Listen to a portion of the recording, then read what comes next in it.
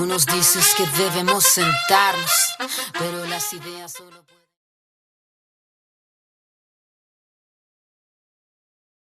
pueden...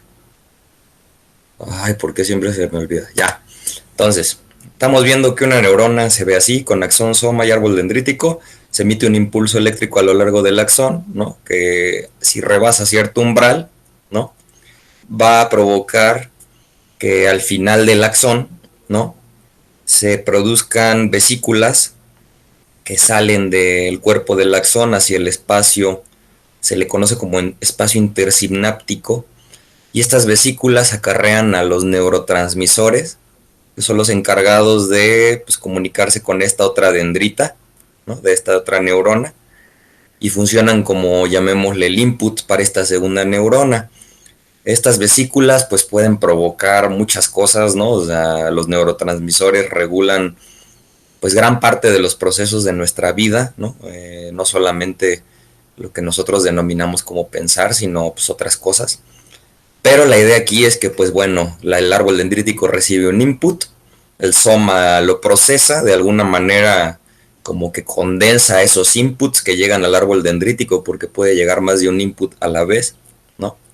Puede llegar acá uno, acá otro. El soma de alguna manera los condensa, ¿no? Los añade, los adiciona entre sí, ¿no? Bueno, o esa es la suposición que vamos a hacer nosotros. Y a partir de eso determina un impulso eléctrico que si rebasa cierto umbral, ¿no? Si el impulso eléctrico rebasa cierto umbral, entonces se van a liberar vesículas con neurotransmisores que activarán a otra neurona, ¿no? Bueno, o que llegarán a su dendrita y podrán repetir el proceso antes descrito, ¿no? Esto, bueno, como Checo se los platicó probablemente, lo modelamos de la siguiente manera, ¿no? Los impulsos los vamos a modelar de momento como variables binarias, digamos de ceros y unos, ¿no? Y les vamos a llamar de x1 hasta xn impulsos. Cada uno de estos va a llegar a un soma, bueno, esto es parte del soma, no es todo el soma, a un multiplicador. Estos impulsos se multiplican por algún peso, en el caso de x1 por algún peso w1, en el caso de xn por algún peso w sub n, ¿no? Posteriormente, que es la papel que haría ya como tal el soma, ¿no? Estos impulsos son condensados. En nuestro paradigma del perceptrón, pues los condensamos o los consideramos a la vez, sumando desde igual a 1 hasta n, ¿no? Los n impulsos booleanos o binarios. Y después esta suma, ¿no? O bueno, esta adición de impulsos pasa a activar una función cuya característica principal en este momento, ahorita ahondo más en ella, es que es una función que en el eje de las x, si rebasa cierto valor umbral o threshold, como se le dice en inglés, t, aquí pongamos por ejemplo, aquí está el 0, el threshold, supóngase que está por ahí, ¿no? Entonces la función lo que va a hacer es ver esta suma que estamos generando, el valor que sale de aquí, y si esa suma rebasa el umbral del valor dado por el valor t, entonces esta función se vuelve una función escalón que dispara un 1, ¿ok? Un 1 si pasamos o somos mayores o iguales que el valor t. Y esto arroja una salida, llamémosle una salida z, cuyas características son iguales a los inputs de entrada, la cual es booleana, ¿no? O binaria, ¿ok? Entonces, bueno, aquí ya básicamente, pues, con el perdón de Checo, vi escuetamente el modelo del perceptrón, ¿no? Como se darán cuenta, pues la parte del soma está representada, el soma de la célula, como que está representada en esta adición, ¿no? La parte del impulso eléctrico que se manda está dada por esta función escalón, ¿no? Y que se liberen o no los neurotransmisores al final de la, bueno, en la sinapsis. Miren, me faltó ponerle aquí que este espacio de aquí o bueno, no es el espacio, es en sí la combinación axón, espacio y dendrita, se conoce como sinapsis, y al espacio entre el axón y la dendrita como espacio intersináptico. Si rebasamos el umbral, entonces la Z pues, será de 1, o si no lo rebasamos, la salida o la Z será de 0. Oh, sorpresa, gran modelo de cómo funciona nuestro cerebro, con las simplificaciones que acarrea. Claramente los axones son más complejos que lo que yo acabo de describir, las interacciones al interior del soma de las células son más complejas, pero pues de momento con esta abstracción, pues en 1950 o por ahí, se propone, ¿no? esta manera de modelar pues el funcionamiento neuronal, ¿no? Olvidémonos de si esto está aprendiendo o no. Estamos pensando en el funcionamiento de cómo funciona nuestro cerebro, ¿no? Entonces, teniendo esto en mente, ¿no? Pues podríamos pensar en que tuviéramos bueno, en que Z, ¿no? Z vector, pensemos ahorita que no necesariamente tenemos un solo output, ¿no? O sea, una neurona no tiene un único axón, de hecho una neurona puede tener varios axones. Entonces pensemos en Z como un vector. Dado el diagrama anterior, la podemos pensar a Z como una función que depende del vector de inputs, el vector de pesos que multiplican estos inputs binarios o booleanos, ¿no? Y pues como tenemos varias zetas, tenemos varios thresholds, ¿no? Tenemos varias t's y un vector de t's, ¿no? Entonces digamos que si pensáramos en nuestro cráneo, ¿no? O en nuestra cabeza, como este cuadrado que voy a dibujar aquí, lo que ocurre allá a otro nivel de abstracción, más o menos, es que como que en nuestro cráneo hay un mar de W's, ¿no? Por ahí, ¿no? Muchas W's son multiplicadores que van a asociarse a los inputs. Y hay muchas T's, ¿no? Por ahí. Hay muchas T's también. Entonces resulta ser que acá entran los inputs, ¿no? Y lo que salen son outputs, ¿no? De acción o de no acción dados esos inputs. Entonces este es nuestro cráneo, ¿no? Que tiene muchas neuronas, ¿no? Pero a grandes rasgos, pues esto es lo que ocurre, ¿no? O sea, nos llegan inputs, tenemos pesos que procesan esos inputs, vemos si rebasan los thresholds y se obtienen esos outputs. Entonces, podríamos pensar que si tenemos un conjunto de datos, ¿no? Una muestra de datos, ¿no? Tenemos datos, ¿no? Y tenemos, digamos, tenemos que esos datos nos hablan de la salida que desearíamos. O sea, ¿qué quiero decir con esto? Que podrían existir ciertos valores deseables de Z, ¿no? A partir de una función que solo dependa de los inputs. ¿Qué quiero decir con esto? Que contamos con datos con los cuales contrastar esta salida Z. ¿Me explico? O sea, esta salida Z, no le estoy hablando de cómo se obtienen los pesos, de cómo se obtienen los thresholds, no. Pero lo que quiero que entiendan es que, dada esta salida Z, puede ser el caso, o generalmente es el caso, que en los datos tenemos valores de referencia con los cuales contrastar esta Z, ¿no? Y con los cuales podemos definir una función de desempeño o performance que evalúe, pues, cómo son D y Z, ¿ok? Eso siempre lo podemos hacer, ¿no? O sea, cuando tenemos un dataset, podemos generar un conjunto de entrenamiento, ¿no? Y ya saben, ¿no? Bueno, ya saben cómo es todo eso, ¿no? Ya llevan todo un semestre con nosotros. Pero lo que quiero que vean importante es que entonces, si tenemos a Z, la salida de pues ya le voy a llamar nuestro aproximador de funciones, porque eso es lo que es una red neuronal basada en el modelo del perceptrón, ¿no? Es bueno pensar a una red neuronal como un aproximador de funciones, una aproximadora de funciones. Y pues de alguna manera, para saber si estamos aproximando bien o mal, pues podemos fijarnos, ¿no? Pues en la diferencia de estos dos. Y ya saben, pues por regresión lineal y todo eso que vimos el semestre pasado, que aunque yo puedo fijarme en el valor absoluto de esta diferencia, esta función no es derivable. Por lo tanto, si yo quisiera optimizar esta función de performance o desempeño, lo más sensato, fíjense, pues es hacer lo que ustedes ya saben que tenemos que hacer, elevarla al cuadrado, ¿no? Y entonces esta d se vuelve nuestros valores observados, ¿no?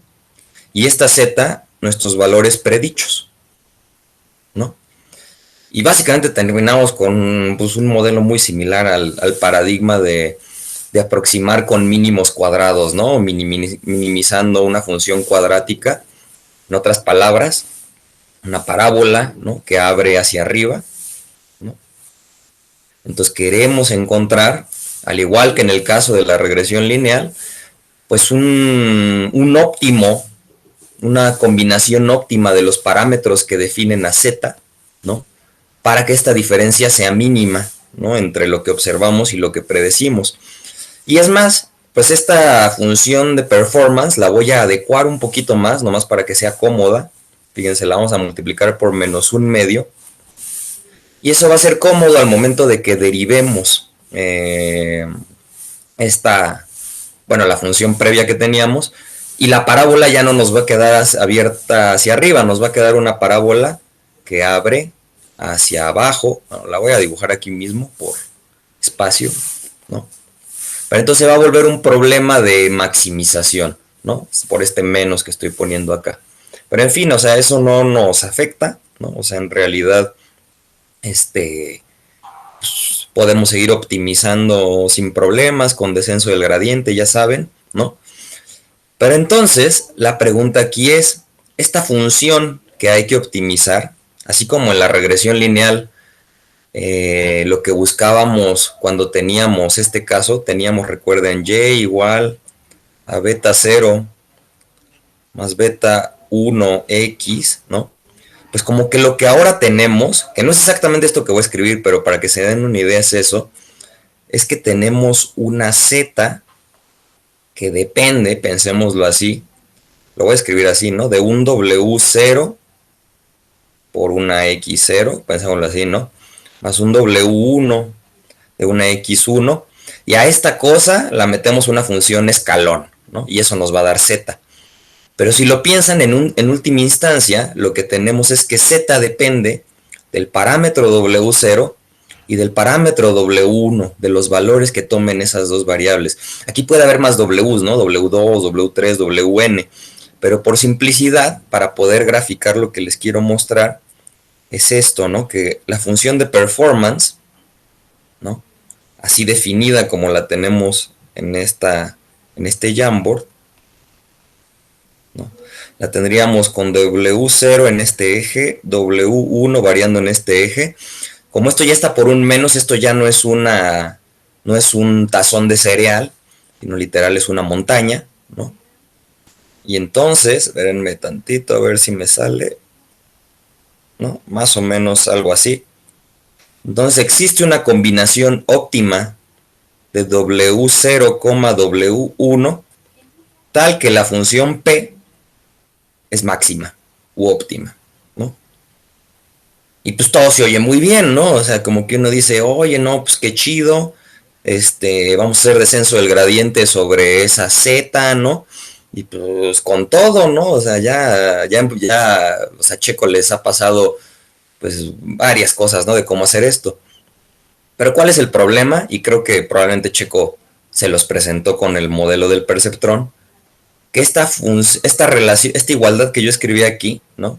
Esta igualdad de aquí, en realidad z depende de una función escalón sobre w0 por x0 más w1 por x1.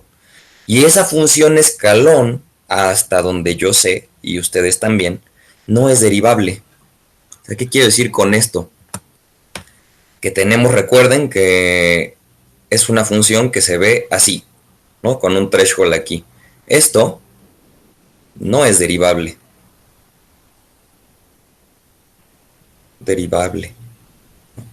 Entonces aquí me meto en un problema porque pues necesito una función que sea derivable, ¿no? O sea, una z que me permita pues, hacer descenso del gradiente, ¿no? Y entonces, pues es aquí donde les hablo de que todo este modelo del perceptrón con función escalón se define en los 50, no es sino hasta 1974, ¿no? Que un cuate de Harvard, lo pongo aquí ya saben, ¿no? Breviario cultural, no está de más saber esto, llamado Paul Huervos o Verbos, ¿no? Huevos, 1974, este cuate, pues propone, ¿no? Lo que sería la base de la solución a este problema, ¿no? Y básicamente, lo primero que hace Paul Huervos es decir, a ver, las T's, este vector de T's es molesto, estorba, ¿no? Vamos a deshacernos de él. ¿Y cómo lo hace, no? ¿Cómo dice que nos deshagamos de él en nuestros cálculos? O sea, lo que él dice es que a él le gustaría tener una f', ¿no? Una z, digámoslo así, ¿no? Definida por una función f' que solo dependa de los inputs, de los pesos, pero ya no de los thresholds. Esto él lo soluciona de una manera bastante sencilla, que básicamente es que pensando en este modelo del perceptrón donde tenemos la adición, ¿no? De los distintos pesos W1, X1, ¿no? WN, XN, pues él define un W0, ¿no? Cuya X, o sea, que lo va a afectar con X0, ¿no? Y la peculiaridad es que este X0 siempre va a ser igual a menos 1. Y W0 siempre va a ser igual al threshold. Entonces, ¿qué pasa? Que cuando esta suma entra a la función escalón, el threshold que nos aparecía antes por aquí, pues gracias a este término W0X0, lo vamos a eliminar y vamos a centrar nuestra función escalón en el 0, ¿no? Y aquí es donde se va a prender o apagar nuestra función. Básicamente mete los thresholds como inputs y de esta manera logra solucionar la cuestión de ya no tener a la función de z, bueno, la función que nos va a determinar el output z, dependiendo de los thresholds. Ya solo depende de los inputs y de los pesos. Y luego, pues lo siguiente que dijo él, pues fue, visitemos, pues otro tipo de función. ¿Por qué no pensamos en lugar de en una función escalón, en una función pues como la que ya conocen ustedes, la famosa función logística? ¿Se acuerdan? Es una función derivable, ¿no? En todos sus puntos, en todo su dominio, ¿no? Que cumple la misma función en realidad, ¿no? Que tiene, podemos definir un valor de threshold en donde a partir de más de ese valor la función ya valga 1 y menos de ese valor la función valga 0, ¿no? Y entonces recordemos además que esta función en el eje de las y's, pues hacíamos la analogía de que nos devolvía una probabilidad, ¿no? Entonces podemos pensar en esta función, la voy a definir así, como 1, recordemos que esta es la función logística, así se ve, 1 más e a la menos lo que sea el input. Ahorita no me interesa tanto desglosar quién es alfa, lo que quiero que recordemos es que la función logística se ve así, ¿ok? Y es entonces, pues que decimos, mira, pues qué chido, parece ser que entonces, ¿no? Para yo, bueno, y dada, ¿no? Mi función de performance, ¿no? Que les había mencionado, ¿no? Recordémosla nada más, performance, Por eso no usan, bueno, en lugar de P, voy a poner beta. ¿Ok? Beta, para no andar confundiendo con la PDF Performance. Pero recuerden que esta beta varía entre 0 y 1 y puede pensarse como una probabilidad. Entonces nuestra función de performance era menos un medio del valor z objetivo menos, bueno, z predicho menos el valor deseado, ¿no? Todo a la un medio. Ok.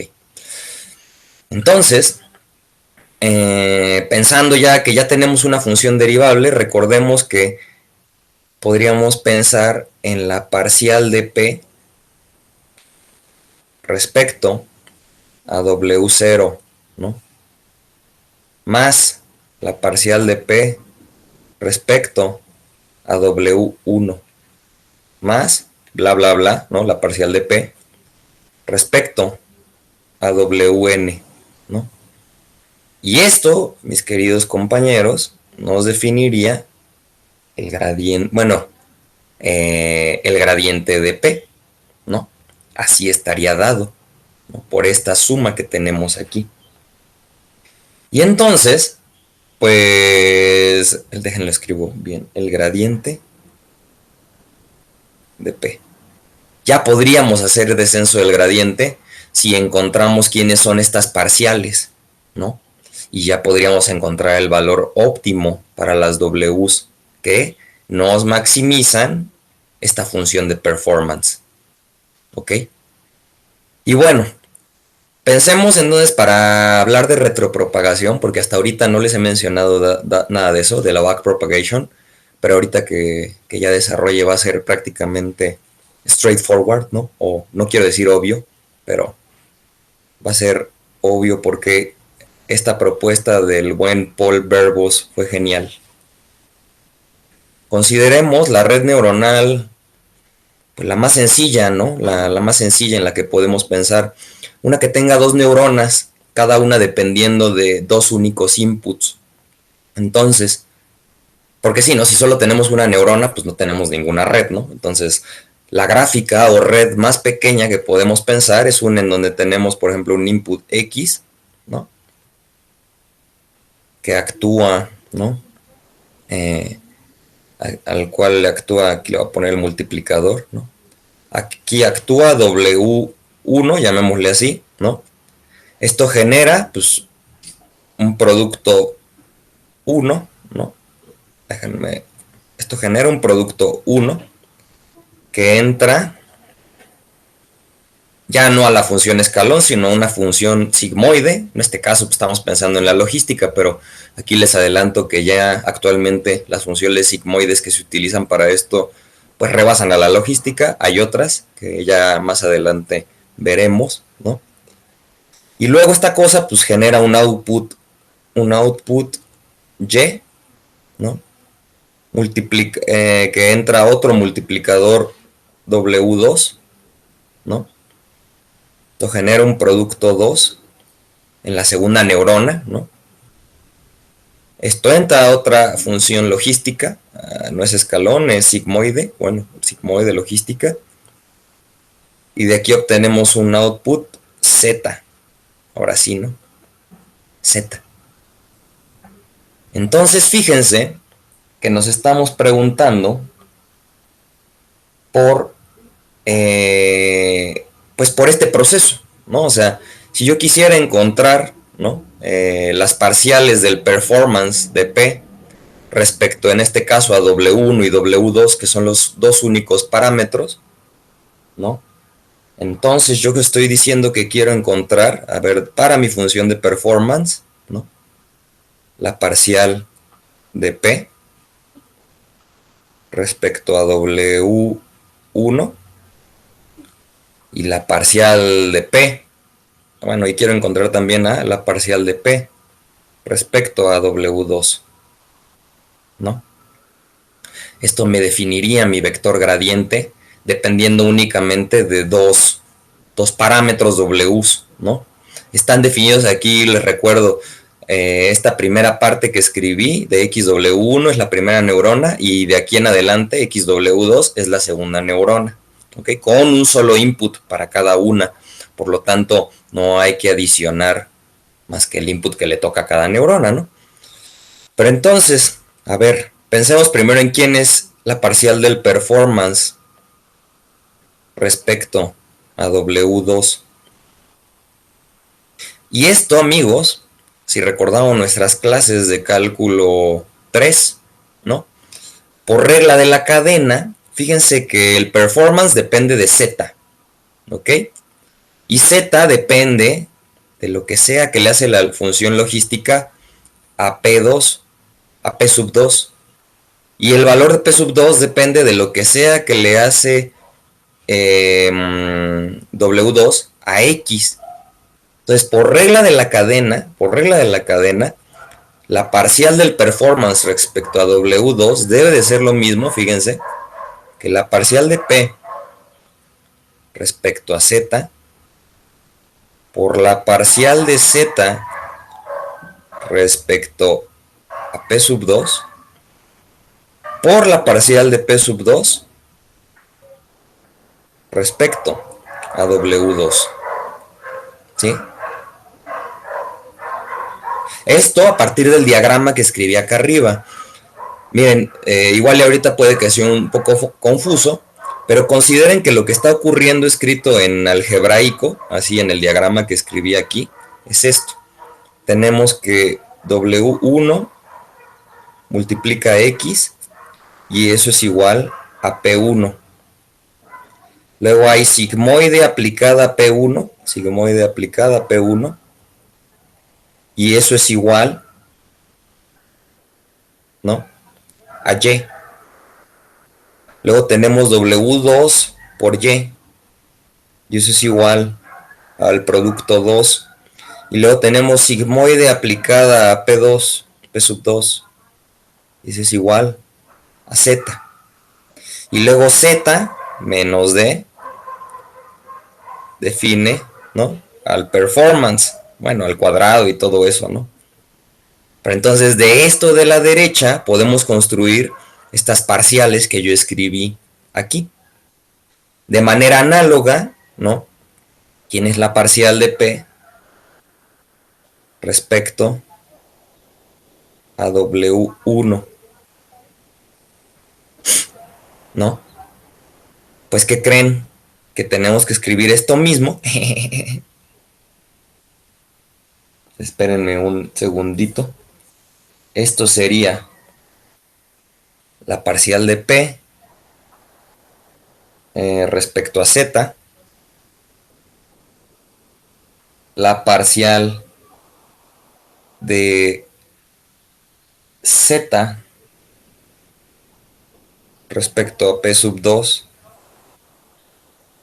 la parcial de P sub 2, ojo, porque esto es respecto a W1, ¿no?, respecto a Y, no respecto a W2, ojo, Luego esto sería la parcial de Y respecto a P sub 1 por la parcial de P sub 1 respecto a W1. ¿Ok? Por regla de la cadena, este producto de parciales me debe de dar la parcial que originalmente yo estaba buscando. ¿Ok? Y entonces ustedes dirán, oye Rafa, no manches, pues ¿qué onda con eso de la backpropagation? Yo pensé que era algo como más straightforward o más directo. Pues les voy adelantando, mis amigos, que fíjense que esta parte de aquí, de la parcial respecto a W2, esta parte de aquí, es la misma que esta parte de aquí. ¿Ok? Entonces, fíjense cómo para computar la parcial de P respecto a W1 podemos reciclar el cómputo que ya hicimos previamente respecto a W2. ¿Ok? Esto va a permitir que entonces, si lo pensamos, a ver, voy a cambiar de Jamboard, que si pensamos ya en una red neuronal más compleja donde tenemos la capa 1, ¿no?, capa 1, y aquí hay varias neuronas, ¿no? Varias neuronas, todas recibiendo un friego de inputs. Y la capa 2, supongamos que solo tenemos dos capas, ¿no? La capa, perdón, esto es capa 2. También aquí tenemos nuestras neuronas y todo esto. Fíjense cómo cuando veamos a las parciales respecto a la capa 2, ¿no? Sí, sacando parciales, sacando derivadas parciales, vamos a estar calculando y computando parte de los cálculos necesarios para obtener las parciales de la capa 1. Esta peculiaridad, amigos, esta peculiaridad es lo que se conoce como backpropagation. Y este reciclaje del cómputo, ¿no? Este reciclaje de cómputos previos es lo que evita que la red neuronal explote exponencialmente en cuanto a cálculos conforme añadimos capas, ¿no? La complejidad de la red neuronal típicamente está dado por su width o su ancho, ¿no? O sea, la complejidad está dada por el número de neuronas en cada capa y no tanto por el número de capas. ¿Por qué? Porque las últimas capas van a servirnos para calcular las parciales de las primeras capas. ¿Ok? Y esto va a ser algo muy importante que permite ajustar millones de parámetros, ¿no? O sea, en otro paradigma, esto se volvería, pues, una cosa un poco no manejable, ¿ok? Pero bueno, teniendo intuitivamente claro esto, quiero que noten también algo. La parcial de P respecto a W2, recordemos, la definimos como la parcial de P respecto a Z, ¿no? Del performance respecto a Z, de Z respecto a P sub 2, el producto 2, y del producto 2 respecto a W2. ¿Ok? ¿Quién es esta parcial, la de P respecto a Z? Si recordamos que P es igual a menos un medio de Z menos D, menos el valor deseado, ¿no? El valor objetivo.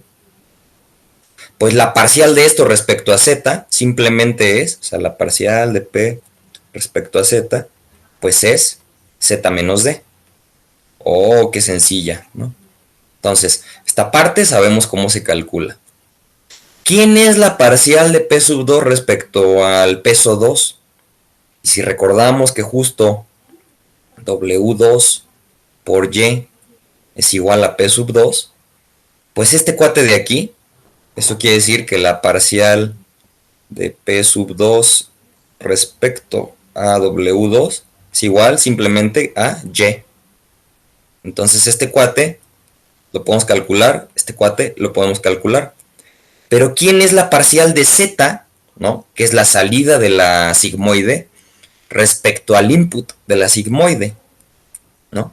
Sería encontrar la derivada de la función logística. Pero recordemos, ¿no? O sea, esto ya lo hemos visto varias veces, pero no está de más, ¿no? A ver, entonces vamos a encontrar la parcial de Z, que es la salida de la logística, respecto a su entrada, ¿no? A P sub 2. Esto es análogo a que tuviéramos algo que se ve de este estilo, miren.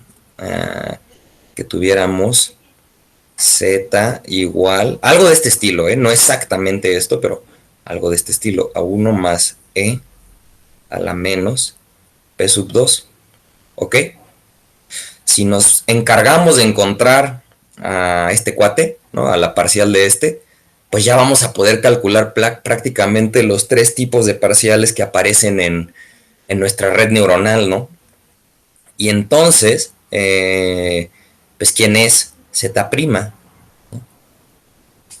Permítanme, o la primera derivada, ¿no? Z', ¿no? Sería derivar a este cuate, ¿no? A 1 más E a la menos P sub 2 a la menos 1, ¿no? Bueno, todo esto derivada, ¿no? De esto. Pero esto es lo mismo, recordemos, ¿no? Por regla de la cadena, ya saben, ¿no? Todo eso. Tenemos un menos, ¿no? Porque baja este menos 1 por 1 más E a la menos P sub 2 elevado a la menos 2, ¿no? Por la regla de la derivada, ¿no? Y luego derivamos lo de adentro, ¿no? Que básicamente es la derivada de 1 es 0 y la derivada de e a la menos p2 respecto a p2, pues es menos e a la menos p sub 2. ¿Ok? Y entonces, esto nos queda, a ver, esto sería igual, a ver, esto es igual que 1 más e a la menos p sub 2 a la menos 2 por e a la menos p sub 2. Me deshago del menos por los dos menos que tengo ahí. Y si reescribimos esta cosa de manera conveniente, ¿no? Si reescribimos esta cosa de manera conveniente, esto es lo mismo, fíjense ustedes, ¿no? Esto es igual que... esto es lo mismo, fíjense, que e a la menos p sub 2 entre 1 más e a la menos p sub 2 por 1 entre 1 más e a la menos p sub 2, ¿no? Y este cuate de acá, ¿no? Este de el primero, el e a la menos p sub 2 entre 1 más e a la menos p sub 2, yo puedo perfectamente, fíjense, sumar un 1 aquí y restarlo acá, sin problemas, ¿no? No pasa nada, nada malo, ¿no?